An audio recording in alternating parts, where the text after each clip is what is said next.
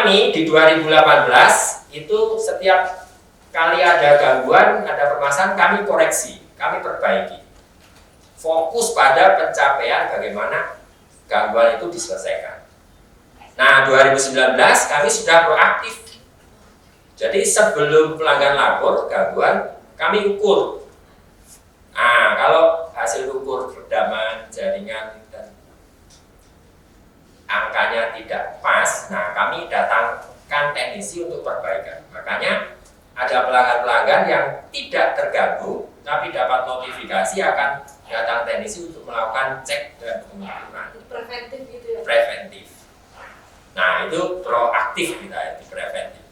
Jadi, di 2020 kemarin, korektif, proaktif, dan preventif kami lakukan. Nah, di 2021 ini kami sudah melangkah ke prediktif. Jadi, sebelum terjadi gangguan, kami juga sudah harus tahu bahwa ini. Nah, ini kami punya mesin learning untuk mengambil data-data terhadap kondisi-kondisi jaringan di mana yang seharusnya itu berjalan normal. Kalau ada indikasi yang enggak bagus, nah secara prediktif kami bisa lakukan.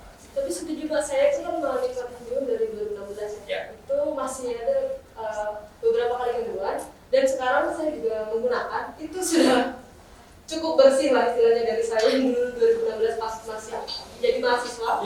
Sekarang udah wifi itu lumayan sangat lancar. Saya pikir karena ini COVID ya, jadi ditambah atau seperti apa? Ya, ada salah satunya. Ya. Jadi ada salah satunya. Nah ini Mbak Desi. Nah, jadi kami lakukan pengukuran end-to-end monitoring. Jadi kayak tadi yang dicerita Mbak Desi.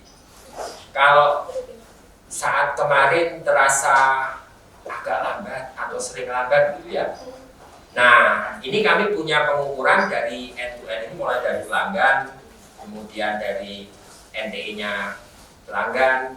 NTE itu peralatan seperti modem, kemudian STB gitu, akses. Nah, ini kami ukur, nanti kami perlebar. Apakah dia di sisi jaringan akses, atau dari si BIRAS, atau dari si metro, atau dari si backbone-nya. Nah, ini kami punya sistem, atau kita sudah membuat sistem untuk diukur satu persatu. Harapannya untuk dengan segera menambah jika kondisinya memang penuh. Nah, seperti itu. Nah, akhirnya Mbak Desi, kami selalu mengukur ini setiap bulan.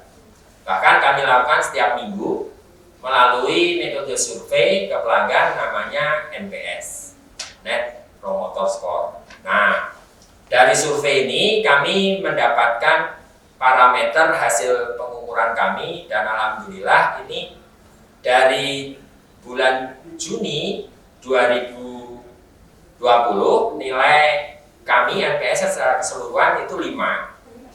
Nah, saat sekarang sampai posisi Februari 2021 sudah 22.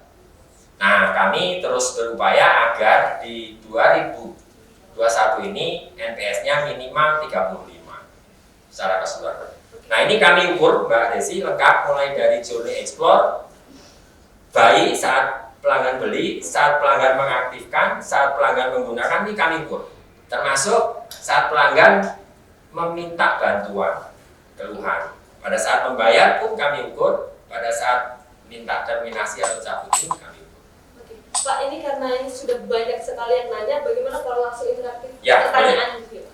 Enggak, silakan. Ini sudah ada yang raise hand, jadi kita mengutamakan raise hand ya teman-teman. Kalau misal teman-teman ini berpotensi tidak dibacakan, jadi langsung saja ke fitur raise hand, nanti kita pilih, nanti akan pilih. Yang pertama ada Marzuki Ashiki, silakan buat panitia untuk unmute agar Marzuki bisa langsung tanya ke Kak Yudi. Oh Mahani, aduh typo nih Kak panitianya. Ya. Mohon maaf, silakan Kak. Silakan.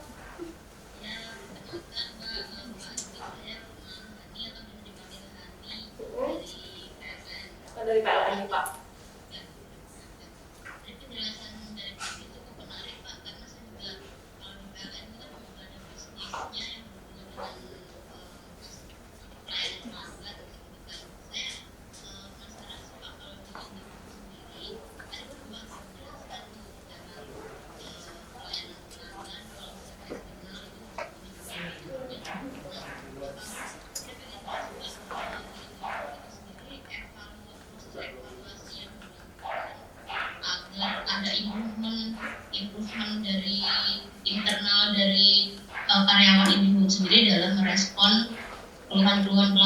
seperti itu Pak. Karena setahu saya nih, kalau saya sih sebagai customer gitu kadang kayak sudah mengajukan keluhan gitu, tapi ternyata nggak direspon. Tapi di KPI-nya mereka di internal tuh tertulisnya sudah direspon dan pelanggan itu sudah satisfy dengan responnya dari Indihome itu sendiri. Nah, bagaimana dari Indihome sendiri itu untuk internal kontrolnya agar in area improvementnya dilakukan dan dapat tercapai. Terus yang kedua Pak, terkait karena Indihome ini kan banyak ya pesaingnya di luar sana gitu. Saya penasaran sih Pak, dari Indihome sendiri itu strength-nya itu apa, sama weakness-nya itu apa sih Pak? Kekuatannya yang apa ya istilahnya, yang membedakan Indihome dengan pelanggan-pelanggan yang lain. Itu. Terima kasih Mbak. Terima kasih Mbak Mahni. Yes, silakan Ya, baik, terima kasih Kak Mahani ya. Yang pertama terkait bagaimana kami mengukur atau memastikan setiap keluhan bisa ditangani atau dilayani dengan baik. Nah, kami selalu melakukan pengukuran melalui proses QC. Ya. Ini untuk evaluasi dari tim agennya. Jadi setiap kali pelanggan itu melakukan keluhan atau menyampaikan permintaan informasi atau keluhan, ini terhadap agent kami lakukan QC. Jadi QC ini meskipun itu sifatnya sampling, tapi kita lakukan untuk menilai apakah yang bersangkutan itu sudah proper atau belum. Nah, ini kami jaminkan Kak Mahani bahwa relasi dari QC atau penilaian ini berelasi dengan KPI-nya agent. Jadi KPI agent ini akan berelasi dengan, mohon maaf, prestasi atau salary. Nah, ini kami lakukan. Nah, yang kedua, meskipun kita punya penilaian itu, kami lakukan kemudahan untuk agent. Kemudahan yang pertama, Kak Mahani, kami support namanya MyKISS. Jadi, MyKISS ini adalah tools yang isinya adalah product knowledge, termasuk SOP, kebijakan, pricing, dan semua dari situ, kayak Google begitu Kak Mahani. Sehingga kalau pelanggan bertanya sesuatu, agent ini bisa ketik di situ, akan muncul. Nah, ini untuk memudahkan agent bisa melayani dengan baik. Nah, yang kedua untuk support agent, ini kami permudah dengan tools yang mana agent ini mempunyai kewajiban yaitu FCR. FCR itu first call resolution. Jadi setiap pelanggan yang berinteraksi yang pertama, si agent mempunyai target untuk bisa selesai. Nah, agar bisa selesai, Kak Mahani, agent ini kami bantu tools. Toolsnya itu berupa alat yang bisa untuk mengerjakan remote atau dikerjakan secara remote jika terjadi gangguan Indihome-nya. Nah, ini konfirmasi ini dilakukan antara agent dengan pelanggan untuk menjaminkan layanan itu benar kos atau tidak. Nah, yang ketiga supportnya itu terkait dengan tools untuk eskalasi. Jadi eskalasi ini Kak Mahani menjaminkan agar agent ini jika memang tidak bisa, sudah dibantu dengan tools, sudah dibantu dengan product knowledge, dia masih tidak bisa, dia punya tools eskalasi. Bisa ke TL atau dibuat tiket Kak Mahani.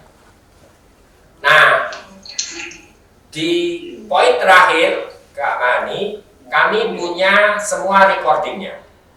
Kalau dia via telepon, itu kami bisa pastikan ya. Jadi Kak Mahani kalau merasa tidak dilayani dengan baik, disampaikan saja kapan menghubungi kami melalui nomor berapa, nanti kami bisa trace, bisa pastikan untuk menilai atau memberikan evaluasi mana yang pas. Itu bisa. Nah, pertanyaan kedua Kak Mahani, ya strength dan weakness. Strength yang pertama Kak Mahani, bahwa Telkom ini sudah ada sebelum saya lahir. Jadi meski dulu namanya bukan Telkom ya, waktu saya bergabung itu masih Perumtel. Nah, Kak Mahani artinya karena ini bagian dari perusahaan negara yang menguasai hajat hidup orang banyak, kami bisa menjaminkan layanan itu berada di seluruh wilayah, Kak Mahani. Termasuk ya, termasuk servisnya harus sama, Kak Mahani. Jadi harga yang di Jakarta ini harus sama dengan yang di Papua. Speednya, servisnya harus kita buat sama. Itu strength-nya. Satu harga. Ya. Nah, kelemahannya Kak Mahani karena kita adalah melayani pelanggan retail. Pelanggan retail ini Kak Mahani ada persepsi atau gap di mana kebutuhannya itu bisa sama, tapi daya belinya yang mungkin tidak sama. Sehingga Kak Mahani kami harus membuat harga atau pricing yang bisa diterima oleh orang banyak. Bisa terjangkau. Ya, makanya kadang Kak Mahani di suatu waktu kita bisa dianggap lebih mahal. Loh, kenapa bisa dibanding kompetitor? Karena kompetitor itu terkadang membangun hanya di satu lokasi saja. Sementara kita harus menanggung ke seluruh jaringan di wilayah. Jadi cost yang disediakan untuk dijadikan price ini bisa berbeda. Itu Kak Mahani, terima kasih. Baik, terima kasih Kak Mahani atas pertanyaannya. Kita lanjutkan karena di sini tuh ada reviewer yang datang secara langsung nih Pak. Ya. Agar kita lebih hidup, jadi tidak hanya berdua. Di sini kita panggilkan ada 5 reviewer, yaitu para sobat BUMN dari internal Kementerian BUMN juga dari BUMN. Oke, kita panggil, silakan kakak-kakak reviewer, tepuk tangannya.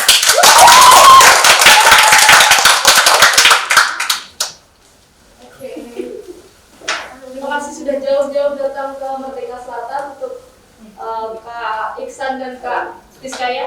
Oke, jadi saya perkenalkan ada Kak Fiska dari Pertamina, ada Kak Iksan dari RNI, Kak Astri dari internal kementerian, Kak Yogi dan Kak Billy juga dari internal kementerian.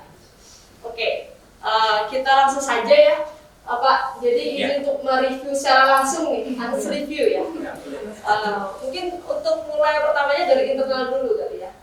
Oke, kita persilakan Kak Astri dari Biro PK. Oke, silakan kita beri tepuk tangan.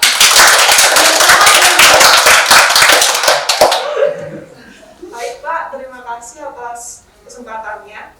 Jadi ini reviewin dulu ya Pak. Ya. Jadi keluarga kami itu sudah menggunakan IndiHome itu sejak pertama kali. Sebelumnya kan Telkom Speedy ya Pak ya. Ya, Nah, awalnya kami kan Telkom Speedy tuh Pak, terus langsung berubah menjadi IndiHome. Jadi udah cukup lama ya Pak ya, dalam penggunaan IndiHome.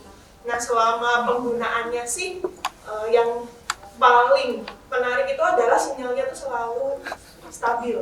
Jadi rata-rata sinyalnya tuh stabil, terus juga terus juga cepat. Jadi kalau kita mau lihat YouTube, kita mau pakai untuk Zoom, kita mau pakai untuk MS Teams itu masih stabil sampai sekarang.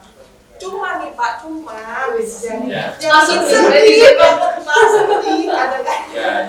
Nah, itu kan kadang-kadang kalau misalnya gangguan pasti ada ya Pak, namanya juga barang buatan manusia ya. Nah, itu Pak, kenapa selalu pakai 24 jam baru beres? Jadi nggak pernah, maksudnya pernah sih cepat, tapi seringnya tuh selalu lama. Jadi kan kita sekarang trennya tuh lagi work from home ya Pak ya. Jadi internet tuh, aduh kalau nggak ada tuh bakalan. Nah itu Pak, kenapa sih Pak kok selalu lama itu? Kemudian kalau di aplikasinya kan dulu kan kita ada ini ya Pak, FUP itu ya Pak, FUP itu. Nah dulu FUP itu masih ditunjukin. Jadi kan biasanya ketika kita sudah mencapai batas FUP-nya, otomatis kecepatannya akan diturunkan. Tapi kenapa sekarang tulisan FUP itu menghilang Pak? Itu aja sih Pak dari saya. Terima kasih. Silakan Kak Yudi. Ya baik, Kak Astri terima kasih. Kak Astri ini berarti menggunakan layanan Indihome, kalau dulu namanya Speedy, itu sebelum 2015. Jadi keluarga yang beruntung karena menjadi bagian dari kami. Nah, layanan kami ini Mbak Astri, pada kondisi-kondisi tertentu, ini terkadang memang ada kalanya untuk memberikan servis ke pelanggan, harapan pelanggan dengan kami yang menyediakan kadang berbeda. Nah, persepsi 1 hari 2 hari ini menjadi persoalan. Nah, sebetulnya peningkatan yang kami lakukan, Mbak Astri, setiap lapor itu ada namanya manajemen janji. Ini yang kami berikan ke pelanggan. Sehingga pelanggan ini bisa mengukur waktunya. Jadi saat lapor itu nanti akan dibantu dulu apakah bisa secara remote atau tidak. Kalau nggak bisa karena ada indikasi perlu cek lokasi teknisi, maka dibuat janji. Nah janji ini Kak Astri akan disesuaikan dengan slot waktu. Dalam 1 hari ini kami punya 8 slot waktu. Artinya 8 satu kelompok teknisi kelompoknya ada 2. Ini dalam 1 hari seolah-olah mendapatkan slot 8. Nah, Kak Astri yang perlu diketahui, yang pertama bahwa pelanggan akan mendapatkan slot waktu itu. Nah, ini yang kadang pada saat slot waktu itu dinyatakan harus beda hari, nah ini yang menjadi persepsi pelanggan lama dulu atau persepsinya lama.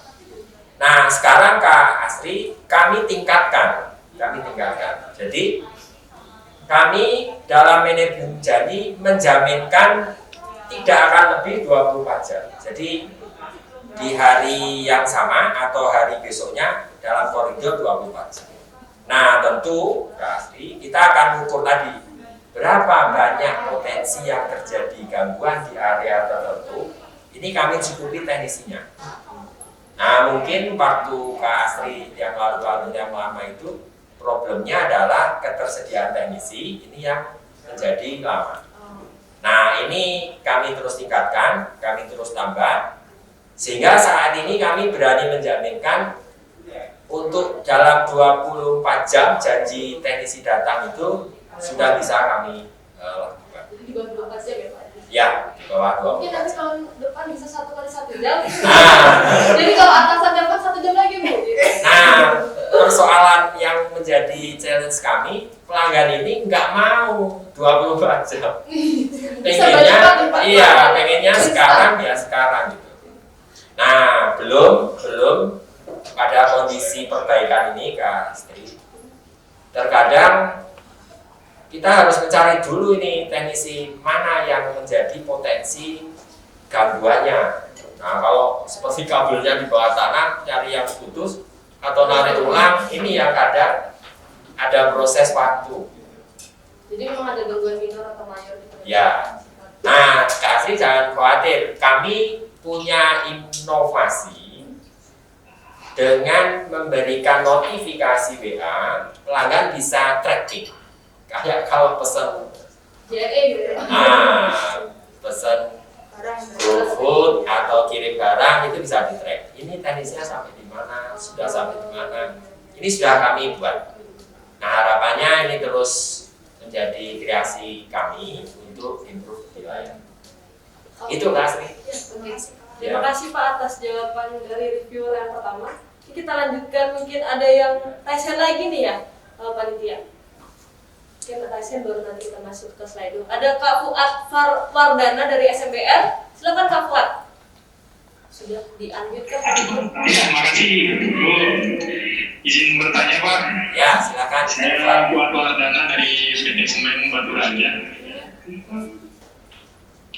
Bertanya terkait untuk jangkauan, Pak, jangkauan dari IndiHome sendiri di daerah kabupaten mana aja di Indonesia yang belum terjangkau, Pak, untuk IndiHome-nya, dan strategi dari Telkom sendiri bagaimana agar daerah-daerah kabupaten yang belum terjangkau itu dapat terjangkau. Karena aktualnya saya sendiri alhamdulillah menggunakan dan memilih IndiHome, Pak. Ya, tetapi di tempat saya tinggal terbatas, Pak, jaringannya. Jadi nggak semua, kebetulan saya tinggal di rumah dinas PT Semen, jadi tidak semua kawan-kawan itu bisa memasang IndiHome karena ada keterbatasannya katanya, Pak. Nah, bagaimana strateginya Telkom agar semua kawan-kawan yang ada di Batu Raja bisa menggunakan IndiHome, Pak. Terus gimana strategi Telkom ke depannya, Pak, agar menjaga terhadap pesaing-pesaingnya, Pak, pesaing-pesaing yang lain yang ada di Indonesia. Makasih, Pak. Ya, untuk pertanyaan yang kedua, Waalaikumsalam warahmatullahi wabarakatuh. Terima kasih Mas Wan atas pertanyaannya. Tadi untuk yang pertanyaan kedua itu sudah di pertanyaan pertama ya, Pak. Ya. Oke. Silakan dijawab untuk pertanyaan yang pertama karena yang kedua sudah masuk ke pertanyaan sebelumnya. Baik, Kak Fuad, terima kasih ya. Kami, Kak Fuad, sebagai institusi atau perusahaan yang juga diukur kinerjanya, yang salah satunya harus ada profit, yang lain juga harus ada sifatnya sosial atau yusu. Nah, kami, Kak Fuad, punya namanya anggaran atau alokasi untuk investasi jaringan atau untuk menjangkau seluruh kebutuhan layanan khususnya internet di seluruh wilayah Indonesia. Yang secara kabupaten tadi Kak Fuad, kita baru 496 dari 512. Jadi masih ada 18 lagi kabupaten kota yang belum. Tapi Kak Fuad, di kabupaten itu kan banyak kecamatan dan juga banyak desa. Nah, wajar kalau masih ada yang belum terjangkau atau bahkan di lokasi tertentu yang sudah terjangkau ada yang nggak kebagian karena jaringan penuh. Karena ini ditarik satu-satu begitu, berbeda dengan dimanapun wilayahnya atau lokasinya. Kalau disolusi pakai radio, ya bisa semua. Tapi sama, semua ada keterbatasan. Nah, bagaimana kami bisa memenuhi kebutuhan yang tadi ditanya Kak Fuad jika ada lokasi yang kepingin atau belum terjangkau? Pertama, Kak Fuad, di indihome.co.id itu bisa calon pelanggan melakukan feed atau minta memasukkan calon-calon atau keinginannya di situ. Nah, kalau food di situ, Kak Fuad, nanti kami akan hitung atau akan survei jika secara visibility-nya itu memungkinkan sesuai dengan tadi konsep bahwa kita punya anggaran capex, dihitung investasi dan kelayakannya. Ini akan kami kerjakan, Kak Fuad. Sebagai gambaran, Kak Fuad, kalau nilai investasi itu satu satuan sambungan kurang lebih 1.000 US dollar. Nah, Kak Fuad bisa bayangkan atau hitung, karena kami juga harus mengembalikan nilai itu dengan ukuran waktu, maka itu yang menjadi semangat dan catatan kami itu dilakukan. Namun Kak Fuad, ada area-area yang kami tidak harus mengikuti pola itu. Jadi ada dana YUSO namanya. Nah, ini yang kami alokasikan untuk daerah-daerah yang tadi untuk perintis, terpencil, terdepan, tertinggal, nah itu kami lakukan juga. Itu Kak Fuad. Ya, karena saya juga pernah mengajukan vote juga Pak, saya Ya. di Kabupaten di Tangerang. Ya. Mengajukan vote ketika perumahan yang baru itu kan belum ada. Ya. Ternyata bisa juga langsung saja Pak Fuad menghubungi tim Indihome ya Pak. Ya, Kalau bisa. untuk penambahan jaringannya. Oke, yang ketiga kita masuk ke reviewer lagi nih. Karena tadi udah pasti, sekarang yang cowok nih. Kak Iksan, dipersilahkan nih Kak Iksan. Beri tepuk tangannya teman-teman. Halo selamat sore semua sobat milenial. Perkenalkan nama saya Iksan dari PT Raja Wali Nusantara Indonesia. Nah, thank you banget nih Kak udah undang kita juga sebagai reviewer Indihome sini. Nah, sama Pak Yudi aku tuh pakai Indihome tuh lumayan ya udah hampir setahun karena sekarang tinggal di salah satu apartemen saya juga. Di situ udah kerjasama nih sama Indihome gitu kan. Nah, kalau review dari saya sih Indihome lumayan ya, bagus. Sekarang udah lancar gitu kan. Cuma kadang emang ada beberapa di saat beberapa waktu gitu ada lemotnya gitu kan, masih ada juga gitu kan. Cuma kan wajar gitu kan. Nah, kalau misalkan saya pengen tanya nih Pak, di sini kan kalau misalkan layanan Indihome kan dia tuh kayak internet, telepon gitu kan. Terus kalau misalkan kita mau nambah misalkan apalagi gitu kan, misalkan games gitu kan, itu kan perlu bayar lagi. Kenapa sih Indihome tuh nggak ada paket yang langsung semuanya include gitu loh? Oh, bundle. Iya, semuanya gitu kan. Kenapa sih nggak ada gitu? Jadi kita langsung aja kita beli satu paket itu udah cakupan semuanya gitu kan? Gitu gimana Pak itu? Mungkin bisa jadi inovasi juga sih selanjutnya gitu. Ya, terima kasih. Ini masukan bagus Kak Ihsan. Kak Ihsan, kenapa Indihome ini terkadang dirasa, dipersepsi atau terasa lambat? Yang pertama Kak Ihsan bahwa internet ini best effort gitu ya, kayak jalan itu. Jadi best effort ini kita berangkat, mau ke Semarang lewat mana nih? Nah ini kan best effort. Kita mau jalan A, jalan B, jalan C misalnya. Nah suatu ketika kita jalan A, lurus tanpa macet. B, ternyata ada macet misalnya. Nah itu best effort pertama, yang perlu dimengerti. Yang kedua Kak Ihsan, kebutuhan pelanggan ini meningkat Kak Ihsan. Sama kayak gadget kita. Gadget kita ini suatu ketika banyak install aplikasi. Install aplikasi diinstalin semua. Nah, di aplikasi itu terkadang dia harus selalu connect ke servernya atau melakukan update. Kita nggak sadar Kak Ihsan, sudah diinstalin banyak begitu. Yang lain internetnya ya? Iya. Tahu-tahu waktu masa itu kok lambat. Nah, ada saran, tutupin dulu. Kayak di Windows itu, komputer kan pernah ngalamin itu. Iya Pak.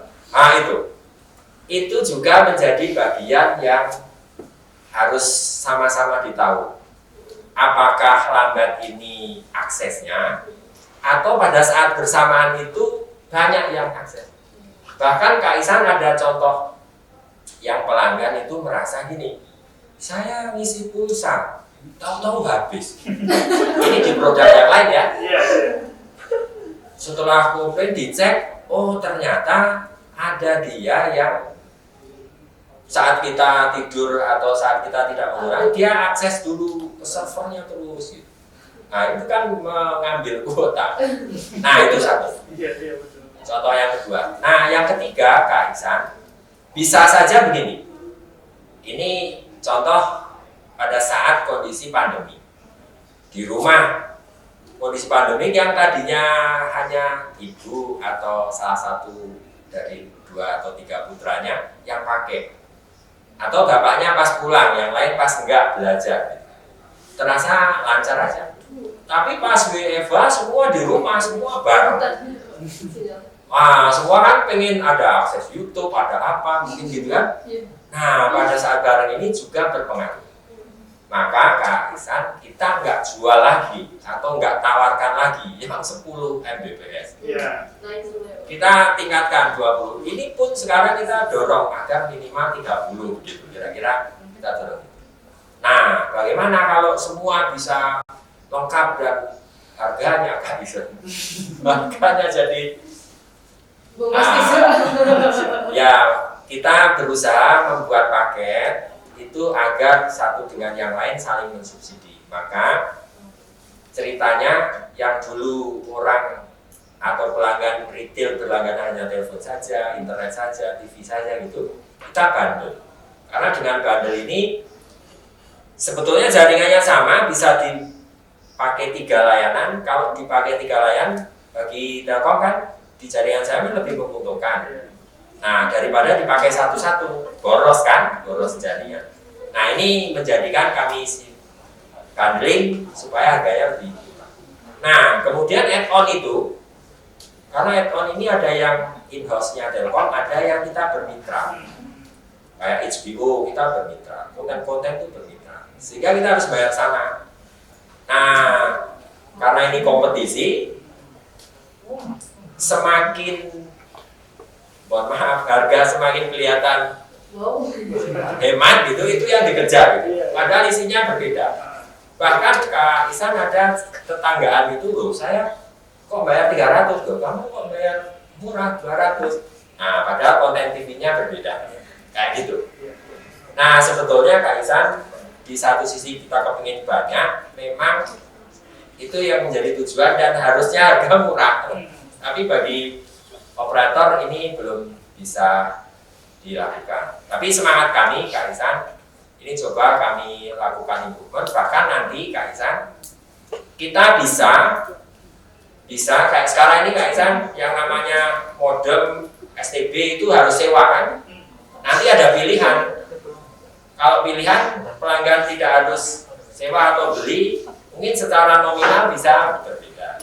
Nah, itu nanti akan kita buat inovasinya variasi juga. Nah, challenge-nya Kak Ihsan, kita mau bikin paket yang pelanggan bisa masukin sendiri. Ya, oke, pilih sendiri kita ya, apa gitu ya. Ya, topiknya mau apa. Nanti di aplikasi itu bisa topiknya sendiri-sendiri, terus jadinya keluar angkanya, terus jadi. Sekarang kan paket-paket, paket A, paket B, paket C. Nanti kita buat topik-topik itu. Langsung lanjutin. Ya. Oke, kita masuk ke pertanyaan di slide itu ada yang nge-likes 322 liker. Oke, dari Kak Eki Y. Bagaimana IndiHome menjaga engagement dari pelanggan yang sudah ada terhadap gempuran pesaing yang semakin banyak, tarif bulanan dan pasang baru yang lebih murah, terus koneksi yang lebih cepat, itu gimana Pak? Engagement ke customer-nya biar Ya. pakai gitu. Ya, baik. Terima kasih.